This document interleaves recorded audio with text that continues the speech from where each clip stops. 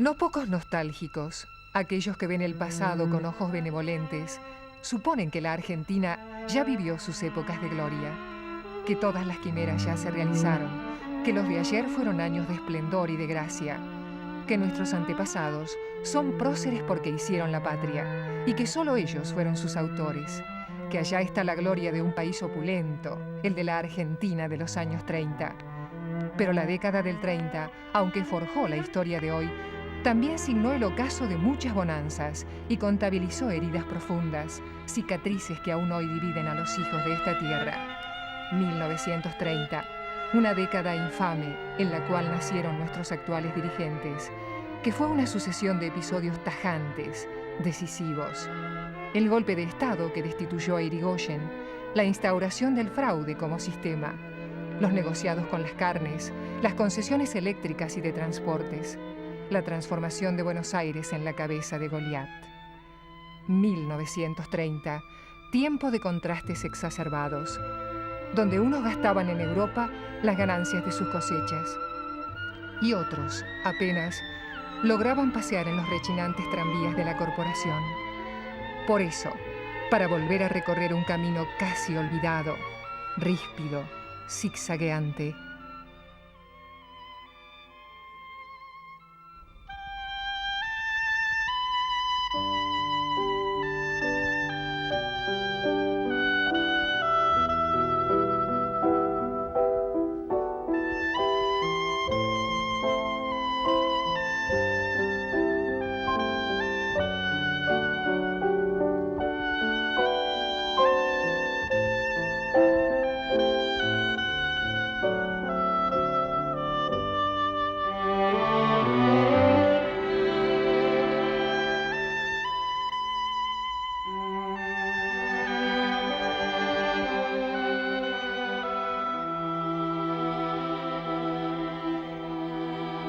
El sábado 12 de julio de 1930 a las 6 de la mañana, un tranvía cayó al riachuelo.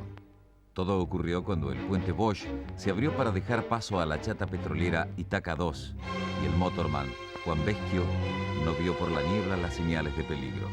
80 muertos fue el saldo de esta tragedia única, cuyas víctimas, todos obreros, jamás fueron indemnizados por la entonces Compañía de Tranvías Eléctricos del Sur.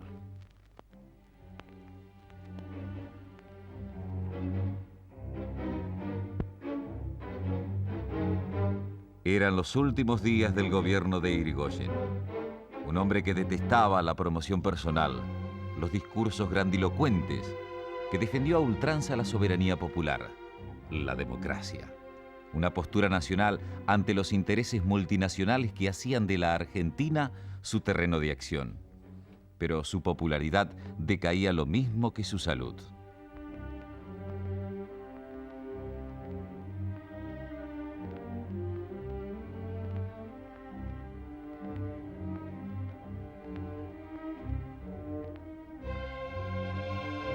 El Peludo, el hombre que organizó en todo el país la Unión Cívica Radical, el hombre que jamás pronunció un discurso pero que arrastró multitudes con su silencio y va a ser protagonista de la ruptura del régimen constitucional que tanto defendiera. El viernes 5 de septiembre, a las 5:30 de la tarde, Irigoyen delegaba el mando en el vicepresidente Enrique Martínez. El caudillo estaba enfermo, pero la conspiración militar era irreversible. Pocos, muy pocos salieron a defenderlo el 6 de septiembre de 1930. El hombre que arrastró multitudes apenas si encontró un puñado de fieles correligionarios en el camino a su ostracismo político.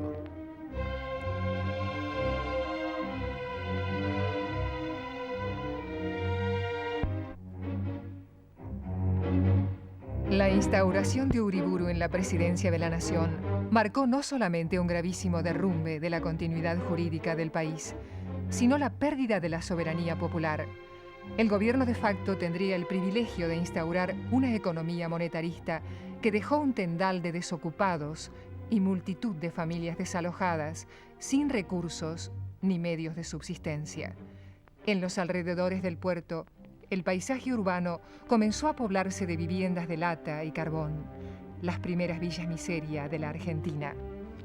El plan, la historia lo confirmaría, no solo era derrocar a un gobierno constitucional, era implantar sangre y fuego, una política cuyos intereses apuntaban hacia la dependencia de Argentina a los designios de las economías de Gran Bretaña y sus aliados. Y mientras la violencia instauraba al régimen militar de Uriburu en el poder, una radiografía de la década señala algunos elementos clave. La moneda estaba sana, tal el propósito uriburista, pero los hombres estaban enfermos. La prostitución organizada se extiende clandestinamente y Buenos Aires se puebla de buscavidas, aventureros y vendedores ambulantes. El régimen intentaba reformar la Constitución para legitimar su poder, armar su propio partido, provocar su base de sustentación. Es importante hacer notar que muchas figuras de sectores intelectuales, artísticos y deportivos apoyaban a Uriburu. Para ellos se había logrado el orden, la tranquilidad pública, la libertad de inversiones, la moneda sana y otras innovaciones que comenzaban así a enraizarse en el país. A poco de asumir, Uriburu calificó a la política como una mala palabra. Lo hizo en la escuela de guerra. En nuestro país, dijo, nos embriagamos hablando de la democracia, que debe ser el gobierno de los más, ejercido por los mejores. Con un 60% de analfabetos, resulta evidente que son ellos los que gobiernan, porque en las elecciones legales son ellos la mayoría. Leopoldo Lugones no titubeó en calificar a la democracia como una calamidad, y hasta Carlos Gardel cantó un tango en honor de Uriburu.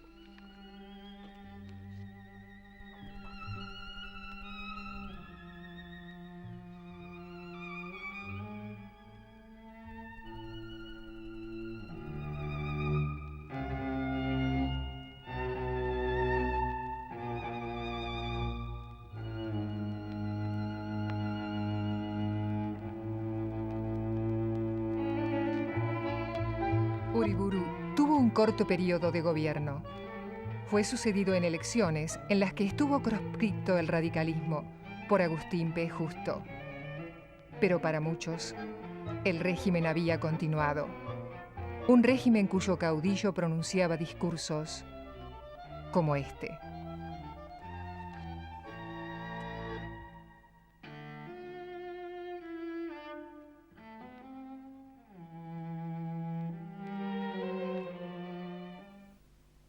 Legionarios, saludo en vosotros a la fuerza cívica que condensa y expresa con fervor el espíritu genuino de la Revolución de Septiembre.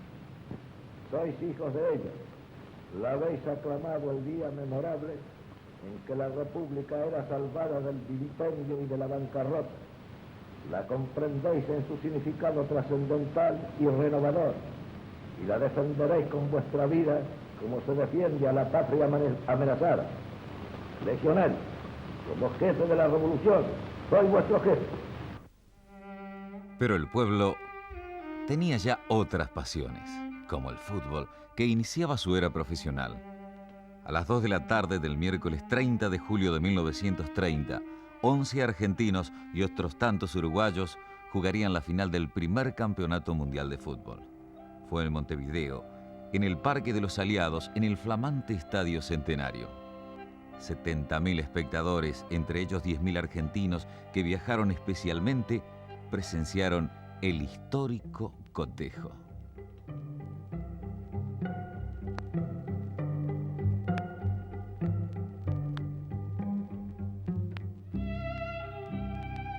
Los charrúas vencieron a los argentinos por 4-2. Conquistando la primer Copa Mundial. Lucían los colores argentinos Botazo, De la Torre, Paternoster, Monti, Juan Evaristo, Arico Suárez, Stabile, Peuchele, Baralo, Ferreira y Mario Evaristo. La Cámara de Diputados del país hermano premiaría a los flamantes campeones con 25.000 pesos oro para distribuir, según rezaba la disposición, entre los héroes del centenario. Desde entonces, Argentina y Uruguay han entablado el único pleito, la única puja casi irreconciliable de su historia en común, la de sus selecciones futbolísticas. 1930, una década en la cual ambos países sufrirían idénticas crisis de crecimiento y vaivenes igualmente dolorosos. Apenas atemperado por triunfos deportivos y el ir y venir de los vapores de la carrera con su carga de turistas e ilusiones.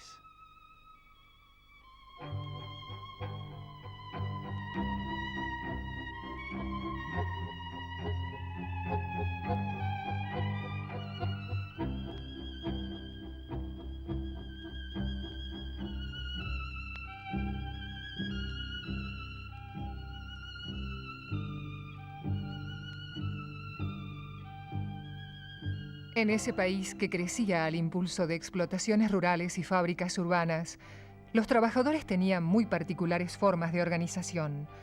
Eran los primeros pasos de un sindicalismo tímido, fragmentado, reprimido. Existían 3 centrales sindicales que intentaban captar a la masa obrera: la Federación Obrera Regional, de origen comunista, la Unión Sindical Argentina, de tendencia anarquista, y la Confederación Obrera Argentina, donde militaban los socialistas.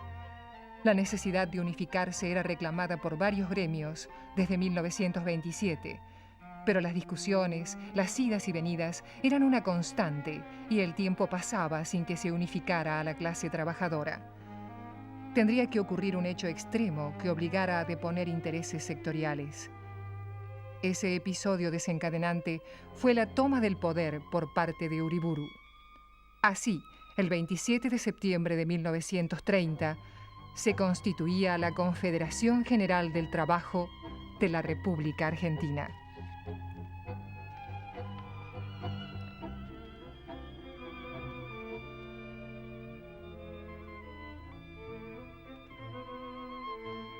Andrés Cabona, quien fuera el primer tesorero de la flamante institución, recuerda hoy los primeros difíciles momentos y las primeras normas de su estatuto.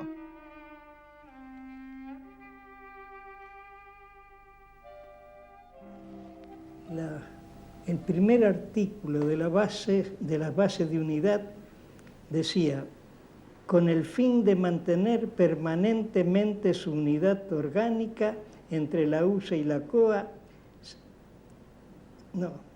orgánica y la armonía entre sus miembros, la central obrera que resulte del acuerdo entre la USA y la COA será independiente de todos los partidos políticos y las organizaciones ideológicas.